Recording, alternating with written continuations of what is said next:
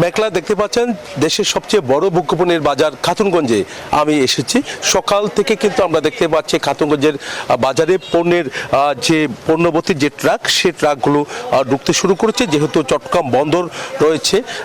এখানে তো বন্দর হয়ে যে আমদানি পণ্যগুলো আসে, তো এগুলো কিন্তু রাতের আধারের ট্রাকগুলো ঢুকে যায়। তো সকাল থেকে কিন্তু একেবারে খাতুনগঞ্জের বাজার আমরা দেখতে পাচ্ছি সব আড়তগুলো কিন্তু এখানে পাইকারি দোকানগুলো খুলতে শুরু করছে, গোডাউনগুলোতে পণ্যভর্তি রয়েছে। তবে যে বাজেটের একটা ঘোষণা রয়েছে, তো শুল্ক প্রত্যাহার করা হয়েছে কোনো কোনো পণ্যে। সবচেয়ে বেশি এখানে আমরা দেখতে পাচ্ছি যে মশলা পণ্যের উপর গুরুত্ব দেওয়া হয়েছে বাজেটে। তবে যেভাবে গুরুত্ব দেওয়া হয়েছে সেভাবে কিন্তু এখনো পর্যন্ত তেমন প্রভাব পড়েনি। জিরা থেকে শুরু করে এলাচ থেকে শুরু করে এলাচের কেজি এখনো পর্যন্ত 4,000 টাকার উপরে তারা বিক্রি করছেন। আবার খুচরা বাজারে গেলে সেই এলাচের দাম আরও বেশি দামে তারা বিক্রি করছে।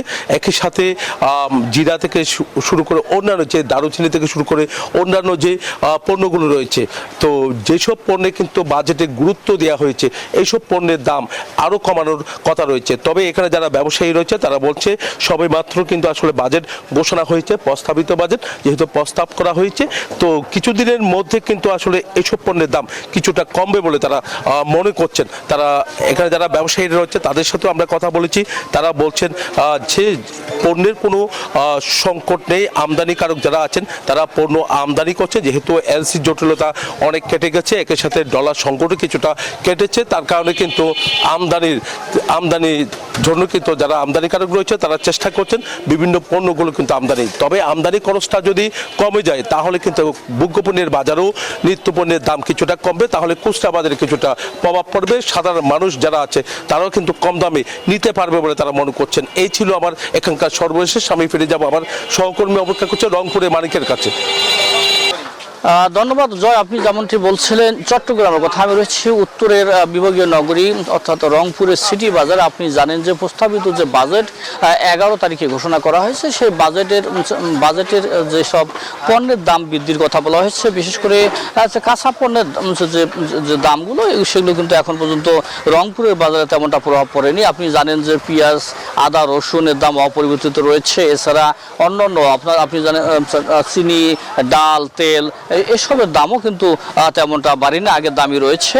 আপনাকে যদি বলে রাখি যে আমি রয়েছি এই বৃহৎ সিটি বাজারে, সেখানে কিন্তু আসলে পণ্য হাত বদল হলেই কিন্তু দাম বৃদ্ধি পায়, কিন্তু বাজেট প্রস্তাবিত বাজেট ঘোষণার পর তেমনটা কিন্তু বাড়েনি। একজন ব্যবসায়ীর সাথে একটু কথা বলতে চাই, একটু আপনার সাথে কথা বলতে চাই। আপনি কাঁচামাল ব্যবসায়ী, এই যে প্রস্তাবিত বাজেট ঘোষণার পরে কাঁচামরিচ থেকে শুরু করে অন্য যে পণ্যগুলো রয়েছে দাম কতটা বেড়েছে একটু আমাদেরকে বলুন। প্রতিটা আইটেমের দাম কম আছে বর্তমান। যে মরিচ 80 টাকা কেজি, বেগুন 30 টাকা কেজি, পটল 30 টাকা কেজি, সব কিছু মিলাই দাম কমে আছে। এই যে আপনি যেসব জিনিস আমদানি করেন বিদেশ থেকে নিয়ে আসেন, সেসব ক্যাপসিকাম থেকে শুরু অন্যান্য কিছু যেগুলো রয়েছে, পেঁয়াজ, এগুলোর দাম বেড়েছে কিনা?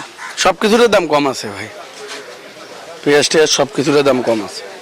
শুনছিলেন একজন ব্যবসায়ীর কথা, তিনি কিন্তু বলছেন যে অর্থাৎ কাঁচা বাজারের যেসব পণ্যের দাম বাড়ার কথা সেগুলো কিন্তু দাম বাড়েনি। পাশাপাশি আপনাকে যদি মাছের বাজারের কথা বলি, সেখানেও কিন্তু আসলে দাম কিন্তু স্বাভাবিক রয়েছে এবং গরুর মাংসের দামও স্বাভাবিক রয়েছে, খাসির মাংসের দামও আপাতত কিন্তু স্বাভাবিক রয়েছে অর্থাৎ রংপুরের বাজারে। সব মিলে আপনাকে একটু বিষয় বলে রাখি যে এবারের প্রস্তাবিত বাজেটে আসলে এবারও কিন্তু বৈষম্য শিকার হয়েছে রংপুর সিটি কর্পোরেশনের। যেমনটি কোনো বরাদ্দ রাখার হয়নি, তিস্তার কথাও কিন্তু বাজেটে তেমনটা বলা হয়নি। সব মিলে কিন্তু নিত্যপণ্যের দাম স্বাভাবিক থাকলেও বাজেট বৈষম্য যেটি রংপুরের মানুষের সেটি কিন্তু এখন পর্যন্ত রয়েছে। এই ছিল আমার কাছে রংপুর থেকে সর্বশেষ খবর।